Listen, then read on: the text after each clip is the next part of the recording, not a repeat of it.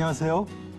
성경이 우리 삶에 조금 더 가깝고 그리고 쉽고 재미있게 다가오는 시간, 소문난 성경교실과 함께하는 배본철 교수입니다.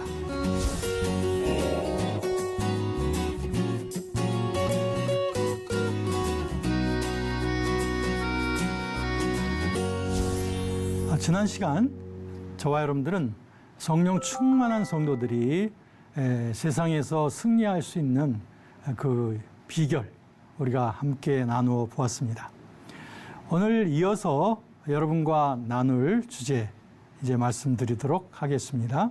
오늘 말씀은 특별히 성령 받은 자의 세계관에 대해서입니다.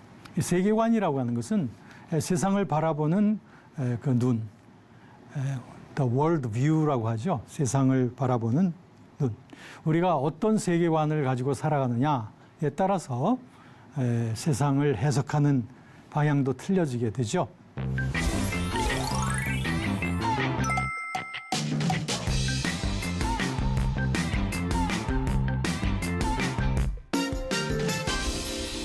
자, 우린 특별히 성경 66권 중에서도 로마서를 통해서 로마서에서 성령께서 하시는 일을 어떻게 정리하고 있는지를 살펴보고 있는데, 사실 로마서는 쉽지 않은 책이라고 다들 얘기하고 있습니다.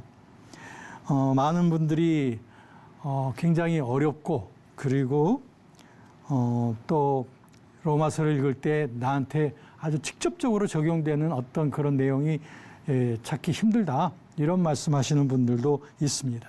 그런데 저와 여러분들은 지금 로마서를 가지고 성령께서 하시는 일을 로마서를 통해서 살펴보면서 크게 세 부분으로 나눠서 보고 있습니다.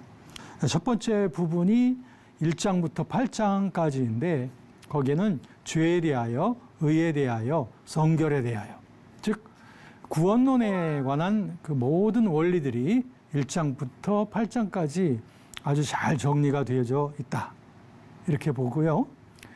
그리고 이제 9장부터 11장, 오늘 다룰 내용이죠. 이 내용에서는 특별히 구원받은 자가 마땅히 지녀야 될 어떤 삶의 비전, 또 세계관의 문제를 다루고 있어요. 그런데 여기에는 이제 이스라엘과 이방인이라고 하는 이 두 가지 축이 있습니다. 마치 로마서 1장부터 3장에도 보면 이스라엘과 이방인의 문제를 같이 대비시켜 가면서 죄의 문제를 끌어왔지 않습니까? 마찬가지로 9장부터 11장까지 이 세 장에서도 역시 이스라엘과 이방인과의 그 대비를 통해서 인류의 구원에 관한 부분을 이렇게 설명하고 있습니다. 그래서 오늘은 이 두 번째 부분인 9장부터 11장까지를 통해서 우리 크리스찬들이 지녀야 될 그런 세계관을 한번 살펴보도록 할 겁니다. 자, 여러분. 자, 그래서 오늘의 주제 다시 한번 말씀드리죠. 성령 받은 자의 세계관. 올바른 세계관을 같이 확인해 보십시다. 자, 9장 첫 절부터 보면은 이스라엘이 딱 나옵니다. 사실 로마서 1장부터 8장까지의 내용은 그 신앙 원리에 관한 내용들, 이런 내용이었는데, 특별히 구원론에 관한 내용이었지 않습니까? 그런데 갑자기 이제 9장에서는 이스라엘의 어떤 과거, 현재, 또 미래, 이스라엘의 운명 같은 것들이 다 나오고 있습니다. 왜 그럴까? 갑자기 해류가 확 바뀐 것 같은 그런 기분이 듭니다만, 이것도 사실 연장되어진 바울의 구원론의 연장적인 각도에서 이스라엘 문제를 끄집어내고 있습니다. 왜냐하면 바울도 이스라엘인이고 자기의 형제와 자기 골육의 친척을 위해서, 그들의 구원을 위해서 고민하는 것은 당연한 일이 아니겠는가 하는 거죠.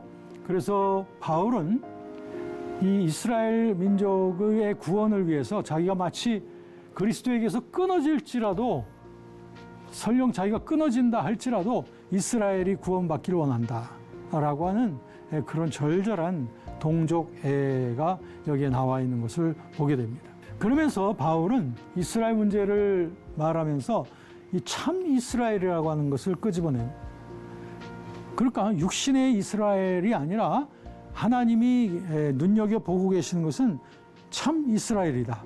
영적인 이스라엘이다라고 하는 것입니다. 즉 육신의 자녀가 하나님의 자녀가 아니라 약속의 자녀, 믿음의 자녀, 영적인 자녀를 하나님께서 구원하기로 하셨다는 거죠. 그러니까 이스라엘도 하나님의 그 영적인 그러한 구원의 반열에 들어가지 못하면 그러면 구원에 이를 수 없죠. 차라리 이방인이라 할지라도 이방인이지만 그들이 믿음을 통해서 구원에 들어가서 참 이스라엘로 인정이 되어질 때에는 그럼 하나님께서는 그들을 구원하기로 하신다는 거예요. 그런데 이와 같은 구원의 문제는 하나님의 주권적인 선택입니다. 그래서 인간이 내가 원한다고 해서만도 아니고 내가 구원을 위해서 막 다른 박질 한다고 해서만 얻어지는 것이 아니라 구원 오직 하나님이 우리를 긍휼히 여기실 때에 우리를 구원으로 우리를 불러 오신다는 거죠. 그러니까 구원의 문제는 인간의 힘과 의와 선행으로서 이룰 수가 없는 것이다. 오직 하나님의 긍휼하심의 결과로서 하나님의 의가 우리에게 주어져야 된다고 하는 것을 여기서 미리 볼 수가 있습니다. 자, 그래서 하나님은 인류를 참 구원하기 원하시는 게 하나님의 뜻인데 이스라엘이 하나님의 목전에서 죄를 범하고 결국엔 영적 이스라엘, 참 이스라엘로 들어오지를 못하고 있단 말이죠. 그러한 이스라엘과 그리고 죄 가운데 있는 이방인들을 위하여 하나님은 진노의 더디심, 그러니까 진노를 바로 진노하시는 것이 아니라 계속적으로 참고 기다리신다는 거죠. 그러면서 긍휼 가운데서 우리를 지켜보신다. 하나님이 견디시고 참고 계시는 그 이유가 뭐냐? 그거는 회개하고 우리들이 다 하나님께로 돌아오게 되기를 원하시는 것이다. 디모데서에 있는 말씀처럼 하나님은 모든 사람들이 다 구원 얻기에 이르기를 원하신다. 모든 사람이 다 구원 얻는 진리에 이르기를 원하신다라고 말씀하고 있으니 하나님의 이 참으심이 없이 하나님의 참으심의 은혜에 우리가 받지 못한다면 우리가 구원 받지 못했을 겁니다. 그리고 하나님의 긍휼하심을 여김을 받지 못했다면 우리들은 구원받지 못했을 것이다. 그러니까 이 하나님의 참으심에 대하여 하나님의 긍휼히 여기심을 우리는 찬양할 수밖에 없겠습니다. 오래 참으시고 계속 관용해 오신 결과가 저와 여러분들이 구원을 받게 된 것이다. 자, 그러면 이스라엘은 사실 이스라엘을 하나님이 선택하신 것은 제사장 나라로 선택하신 거 아니겠습니까? 이스라엘을 무조건 모든 민족 가운데서 이스라엘만 구원하겠다고 하는 뜻으로서 이스라엘을 선택한 게 아니고 이스라엘을 제사장 나라로 선택한 거예요. 그래서 이스라엘을 통하여 복음이 온 만방에 드러나게 되게 되는 것. 이게 바로 하나님이 이스라엘을 선택한 그 이유고 그것이 바로 이스라엘의 자부심이기도 하고요. 또 책임이기도 한 거죠. 그런데 이 책임을 등한히 하면서 하나님께 계속 불순종을 해왔단 말이죠. 그러니까 이스라엘의 그 어리석음의 시대가 계속되어 왔던 거예요. 즉 이스라엘은 하나님의 의를 이해를 하고 하나님의 의를 받아들였는데 그게 아니라 자기 의를 세우려고 했어요. 자기가 의를 세워서 자기 선행, 자기 공로로서 자신의 구원을 이루어 가겠다라고 하는 것, 이거 아주 대단히 하나님 보실 때는 굉장히 악한 것입니다. 왜냐? 자신의 인간의 공로와 선행으로서 자신의 구원을 이룰 수 있는 인간은 아무도 없습니다.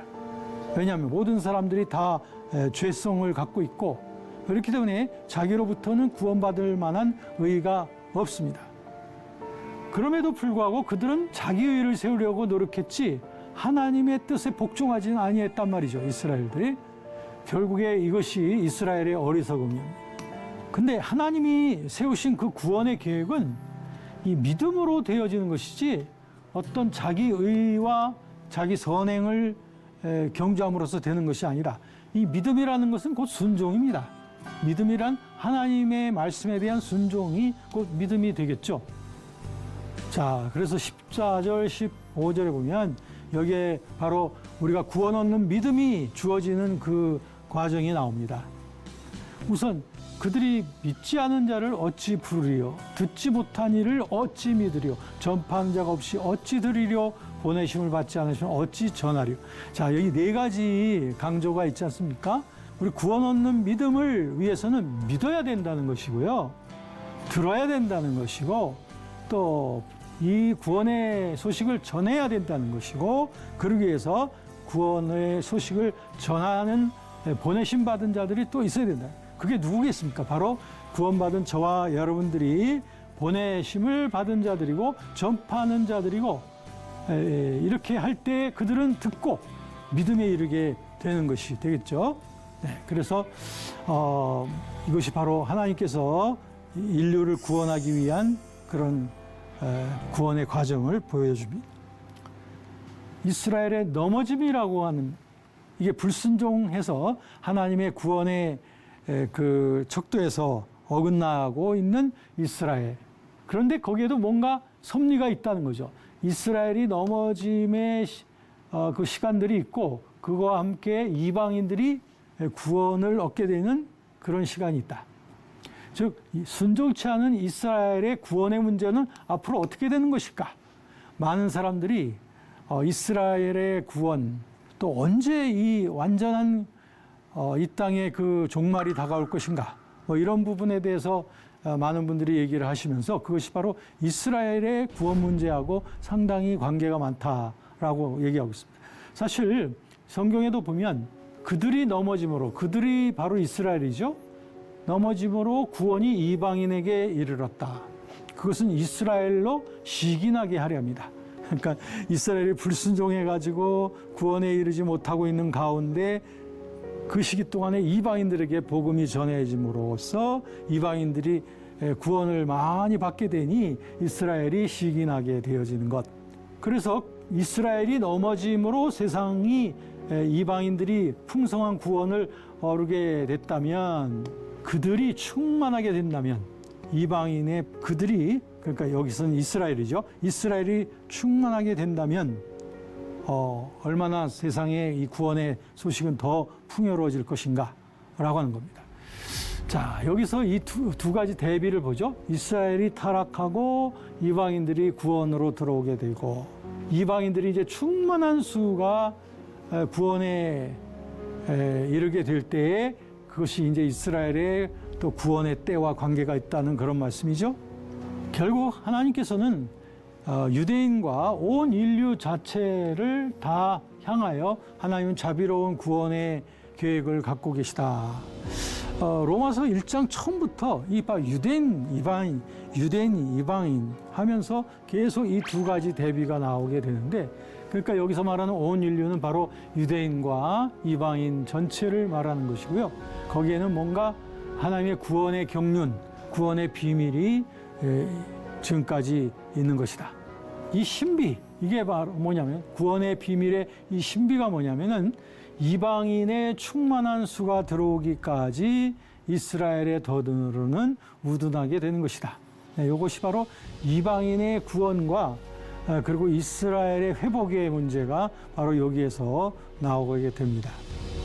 하나님께서는 모든 사람에게 긍휼의 하나님으로서 드러내기를 원하시는 거예요. 그러니까 사람들이 자기 의와 공로로서 자신의 구원을 이루어 보겠다고 하는 그런 것들을 이제 포기하고, 구원을 위하여 자기에서 난 의가 아니라 하나님의 긍휼로 인하여 주어진 그 의를 힘입게 되는 그때를 하나님께서는 예비하신 것이다. 그러므로 이런 구원에 대한 계획이나 이 비밀은 정말 우리가 다 이해하기가 힘들죠. 우리 인간의 지식과 지혜로서는 이 구원에 대한 이 놀라운 계획이 다 이해가 되어지질 않죠. 그래서 저자는 말합니다. 깊도다. 하나님의 지혜와 지식, 구원에 관한 그것이 너무 풍성하다. 하나님의 그 판단은 헤아리지 못하고 하나님의 그 방법은 찾지 못할 것이다. 그러면서 이제 저자는 바울은 그렇게 고백을 하고 있죠. 뭐냐면 만물이 주에게서 나오고 주로 말미암고 주에게로 돌아간다. 결국 우리들은 믿음 안에서 하나님을 경험해 가면서 우리가 마침내 주님 앞에 올릴 그 찬송의 제목은 바로 이것이 아닐까요? 모든 것이 주님으로부터 왔습니다. 그리고 모든 것이 주로 인하여 시작이 된 것이고 또 모든 것이 다 주님께로 돌아갑니다. 라고 하는 고백입니다. 사실 성경에는 이런 고백이 많이 있습니다. 그래서 그리스도에 대한 그 찬양의 우리의 말씀에 있어서도 보면 그리스도로 말미암아 모든 것이 오고 모든 것이 그리스도 안에서 다 통일되게 하려 하십니다. 결국 이것이 성령 충만한 자들이 보는 세계관의 아름다운 찬양이 이것이라고 생각을 합니다. 사실 우리가 그리스도를 잘 몰랐을 때는 또는 그리스도 안에서 우리가 아직 성숙하지 못했을 때는 내가 뭔가를 잘 해야 그리고 내가 뭔가 의의를 세우고 내가 뭔가 선을 행함으로써 하나님을 기쁘시게 할 수 있지 않을까라고 하는 생각을 하게 됩니다. 그런데 여러분, 종교적 육신이라는 말 혹시 들어보셨습니까?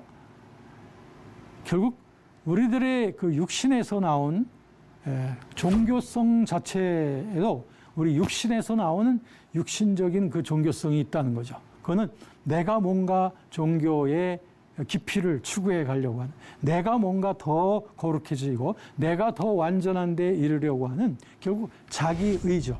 self-righteousness, 자기의이고 자기 우상화인 것입니다. 그런데 하나님의 법은 그것이 전혀 아닙니다. 보통 하나님의 사랑을 말할 때 아가페와 그 에로스를 대비해서 말할 때가 많이 있습니다. 이 아가페라고 하는 것과 에로스라고 하는 것은 서로 다르게 표현이 많이 됩니다. 우리 구원에 있어서도 에로스라고 하는 건 자기의입니다.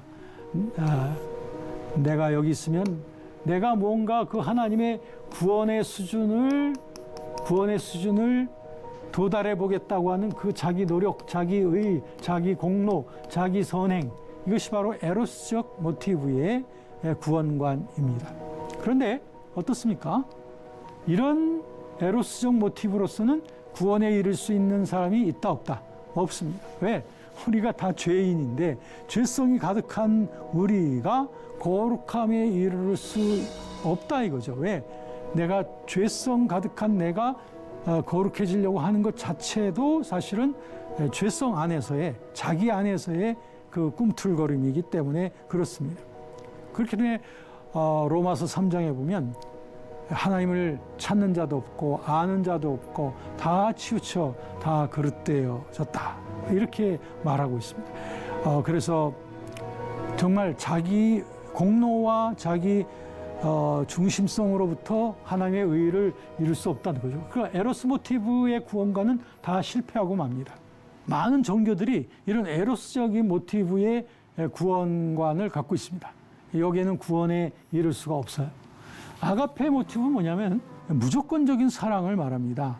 즉 하나님께서 우리를 향하신 무조건적인 사랑인데 그 무조건적인 사랑이 어디에서 표현되었을까요?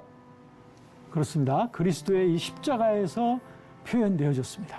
그렇기 때문에 이 아가페 모티브의 사랑이 그리스도 안에서 표현이 되어졌는데 우리가 나의 구원을 위해서 내가 할 수 있는 것이라고는 아무것도 없습니다. 에로스 모티브적인 어떤 것도 유효하지 못합니다. 그러나 그리스도께서 우리를 위하여 이루신 이 모든 공로는 완전하죠. 그분의 죽으심과 부활을 통하여 우리에게 완전한 구원의 공로를 다 만들어 놓으셨단 말이에요. 그러므로 우리가 구원에 이를 수 있는 유일한 길은 다 이루어 놓으신 그 그리스도의 의의를 받아들이는 것밖에 없습니다. 우리가 받아들이는 거예요. 그리스도께서 나를 죄의 문제를 위해서 죽으셨다라고 하는 걸 받아들이고 나의 구원을 위하여 부활하셨다라고 하는 것을 받아들임으로 말미암아 그것이 의롭다함을 받게 되는 거죠. 여러분, 종교개혁자 마틴 루터가 그렇게 승리의 개가를 외치면서 종교개혁의 선구자로서 우뚝 서게 됐던 것이 바로 이거 아니겠습니까?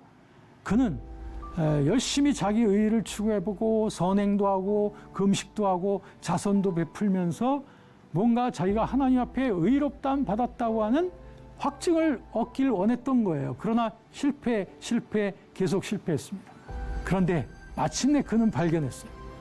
아, 이 구원에 이르는 의라고 하는 것은 나로부터는 절대 될 수 없다.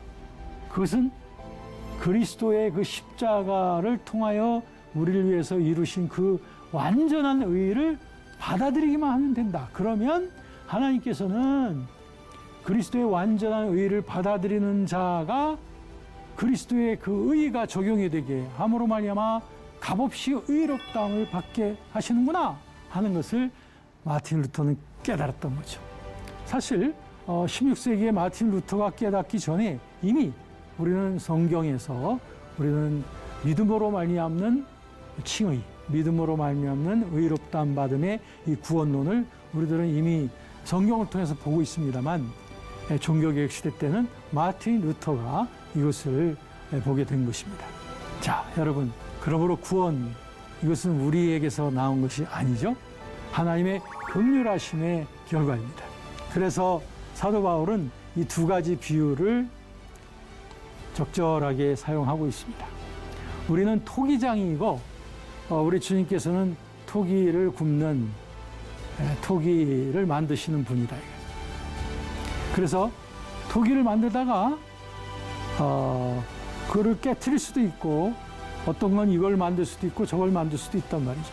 그러니까 토기 그릇이 나를 왜 이렇게 만드셨습니까? 라고 말할 수 없다는 거죠.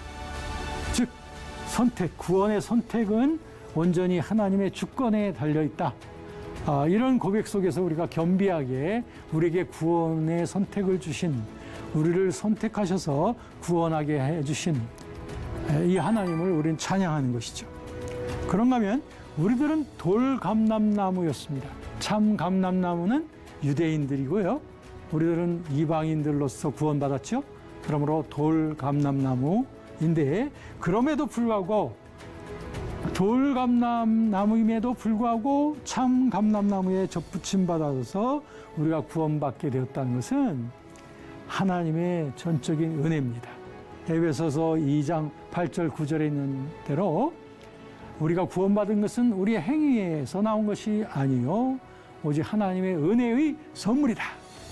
그리고 디도서 3장 5절에도 보면 하나님의 긍휼하심으로 말미암아 우리가 구원을 얻게 된 것이다.